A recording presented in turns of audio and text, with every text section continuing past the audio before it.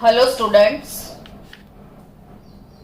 આપણે આગળના લેક્ચરમાં રાઉલ્ટનો નિયમ બાષ્પશીલ દ્રાવ્ય અને બાષ્પશીલ દ્રાવક માટે ભણ્યા હતા, જેમાં આપણે પી ટોટલ માટેનું એક સૂત્ર તારવ્યું હતું. જો તમને યાદ હોય તો પી ટોટલ બરાબર PB not plus X A into bracket PA not minus PB not આ સૂત્ર તારવ્યું હતું. આના જેવું બીજું પણ સૂત્ર તારવ્યું હતું. અને છેલ્લે આપણે બાષ્પ કલાના મોલ અંશનું સૂત્ર તારવ્યું હતું, PA into YA.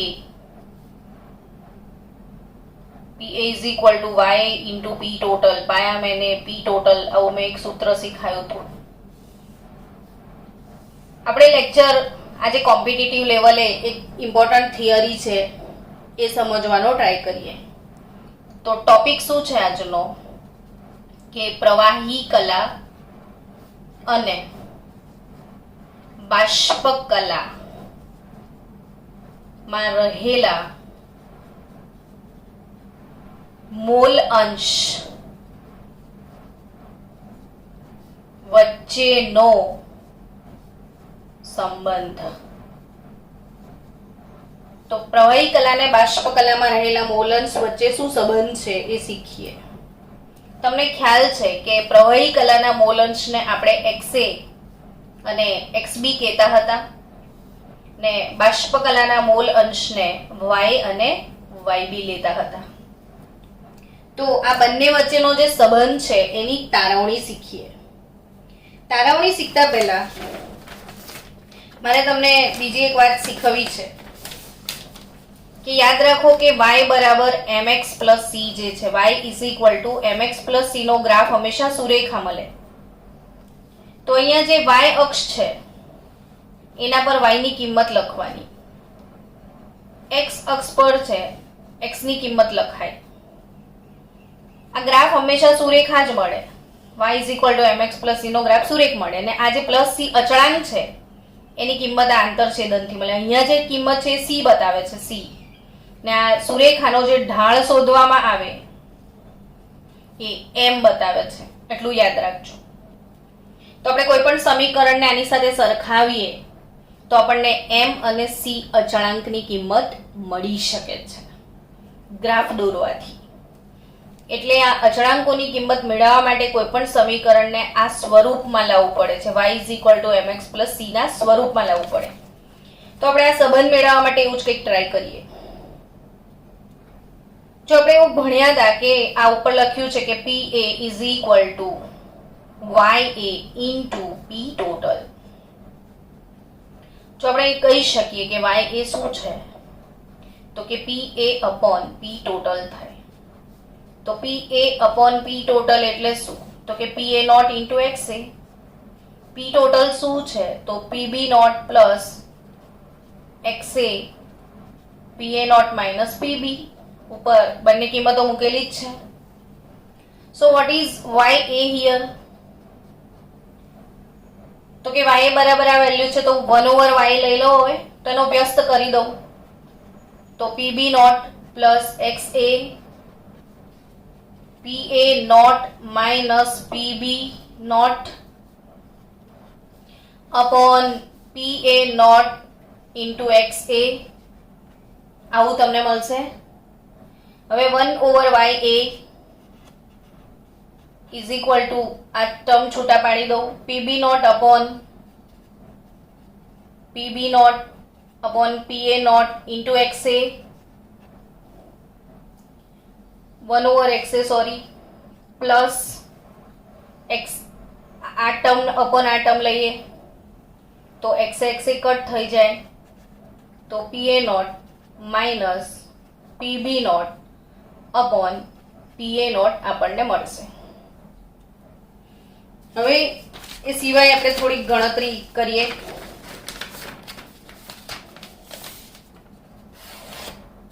Weight four 2 minute, paper જોઈએ છે મને થોડું.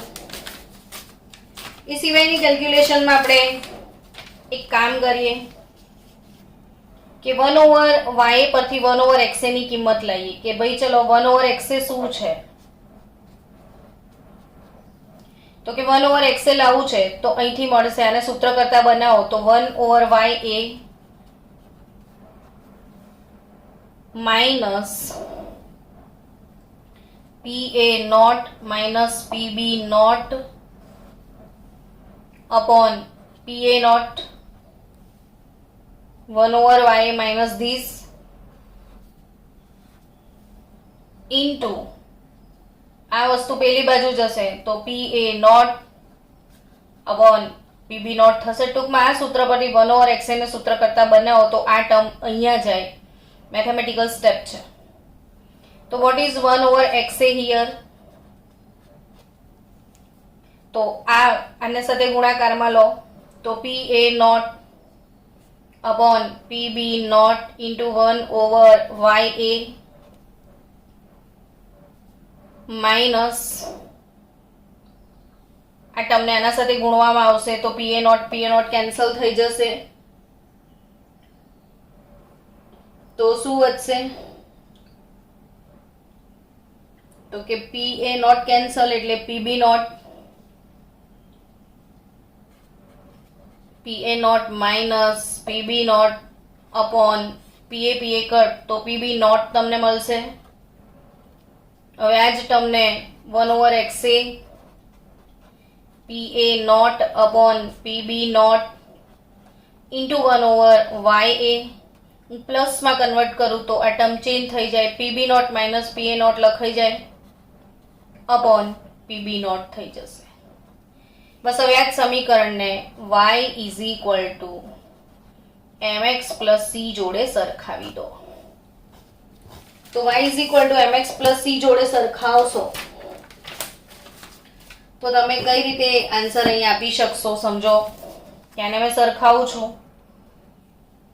તો y અક્ષ પર મને શું લેવાનું છે? y તો y અક્ષ પર y એટલે 1/xa તો અહીંયા 1/xa વિરુદ્ધ 1/y એનો ગ્રાફ દોરતા ઢાળની કિંમત શું મળે છે? આવો પ્રશ્ન નીટમાં પૂછાય છે. તો 1/xa વિરુદ્ધ 1/ya y અક્ષ પર y અક્ષ પર y x પર x તો અહીં શું આવશે? 1/ya y પર 1/xa તો આપણને ગ્રાફ સુરેખા મળશે.